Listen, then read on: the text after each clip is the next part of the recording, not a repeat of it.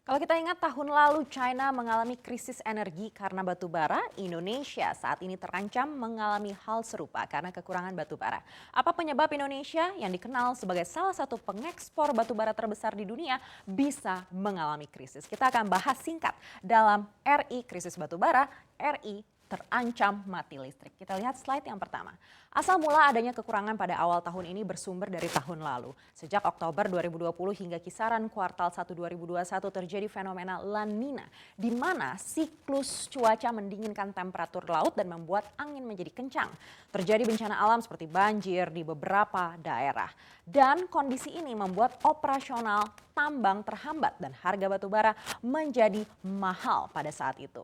Menteri BUMN Erick Thohir mengatakan pada Januari 2021 sudah memimpin rapat untuk mengantisipasi keadaan batu bara. Namun sepanjang 2021 harga batu bara global terus naik dan produsen dalam negeri tentu tergiur untuk menjual pasokan batu baranya di pasar global. Akibatnya stok untuk memenuhi kebutuhan dalam negeri tergerus dan banyak produsen yang ingkar alias tidak memenuhi kewajiban pemenuhan supply domestik atau DMO, Domestic Market Obligation, sebesar 25%. Salah satu yang juga jadi penyebab adalah karena krisis logistik global sehingga banyak produsen yang kekurangan kapal untuk mengirim batu bara sehingga distribusi menjadi terhambat. Kondisi-kondisi ini semakin lama semakin terasa efeknya sehingga tercetuslah larangan pemerintah bagi produsen batu bara untuk melakukan ekspor selama Januari 2022. Kita akan cek di slide berikutnya.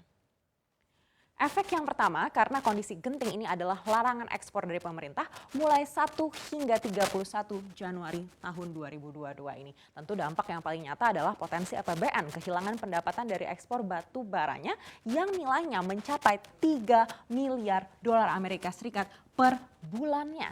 Kalau diperpanjang hingga Februari artinya potensi kerugian bisa double ya, mungkin hingga 6 miliar dolar Amerika Serikat. Tidak hanya dari segi pendapatan negara, tapi yang lebih gawat lagi bila batu bara tidak cukup untuk pasokan dalam negeri, maka 10.000 megawatt PLTU akan terancam padam. Artinya 10 juta pelanggan PLN terancam mati listrik. Kalian di rumah listriknya pakai apa? Kalau pakai solar panel mungkin masih ada opsi ya, tapi bisa dibayangkan kalau tanpa listrik tidak ada aktivitas yang bisa dilakukan. Internet pun tidak bisa, jadi aktivitas netizen pasti terhambat.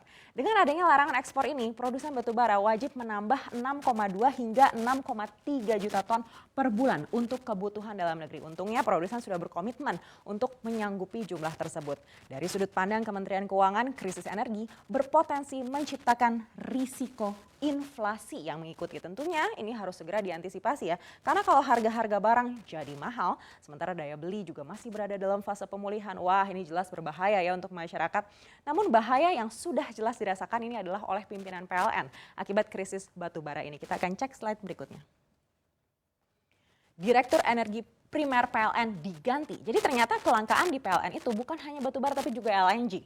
Menurut SKK Migas, krisis pasokan LNG ini terjadi karena ada perubahan permintaan dari PLN baik dari volume maupun tata waktu pengiriman.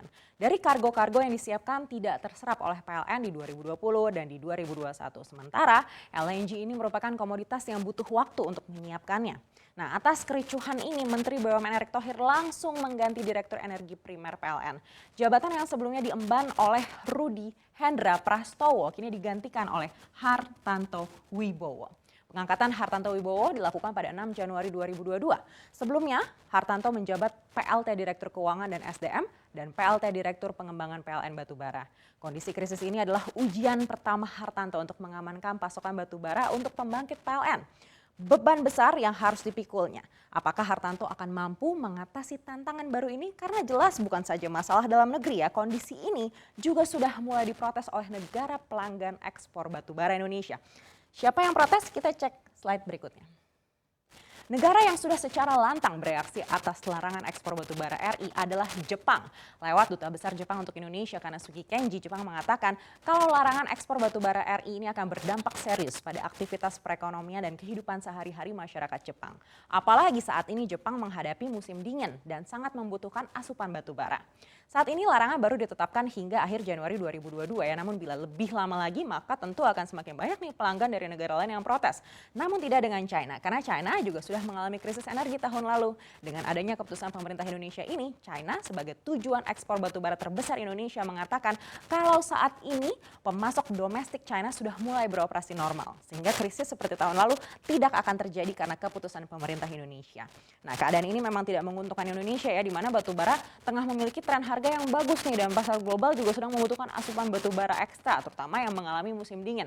Namun kebutuhan dalam negeri tetap harus diutamakan. Tidak mungkin pemerintah tetap membuka kesempatan ekspor demi cuan, tapi di dalam negeri rakyatnya terancam mati listrik. Nah, dalam keadaan seperti ini, yang diuntungkan adalah Australia. Kalau menurut Fish Solutions, jika larangan ekspor batubara Indonesia diperpanjang, maka China akan membutuhkan asupan batubara lagi dari Australia. Padahal sebelumnya, hubungan China dan Australia tidak baik. Apakah krisis batubara Indonesia menjadi kesempatan perdamaian antara China dan Australia? Tapi yang pasti kalau diperpanjang, maka Indonesia berpotensi kehilangan pelanggan-pelanggan batubara dari negara-negara lain. Jika krisis batubara kali ini sudah menggemparkan, lalu bagaimana ya dengan komitmen negara-negara untuk mengurangi penggunaan batubara seperti yang disampaikan di pertemuan Glasgow? Kira-kira akan sebesar apa efeknya? Keadaan ini jadi bukti kalau rangkaian perjalanan menuju zero emission ini harus benar-benar direncanakan dengan matang dan tidak boleh tergesa-gesa. Karena efeknya sangat berbahaya, baik itu untuk negara emerging market seperti Indonesia hingga bagi negara maju seperti China dan Jepang. Di sisi lain, perubahan iklim juga merupakan masalah global yang harus kita perjuangkan bersama.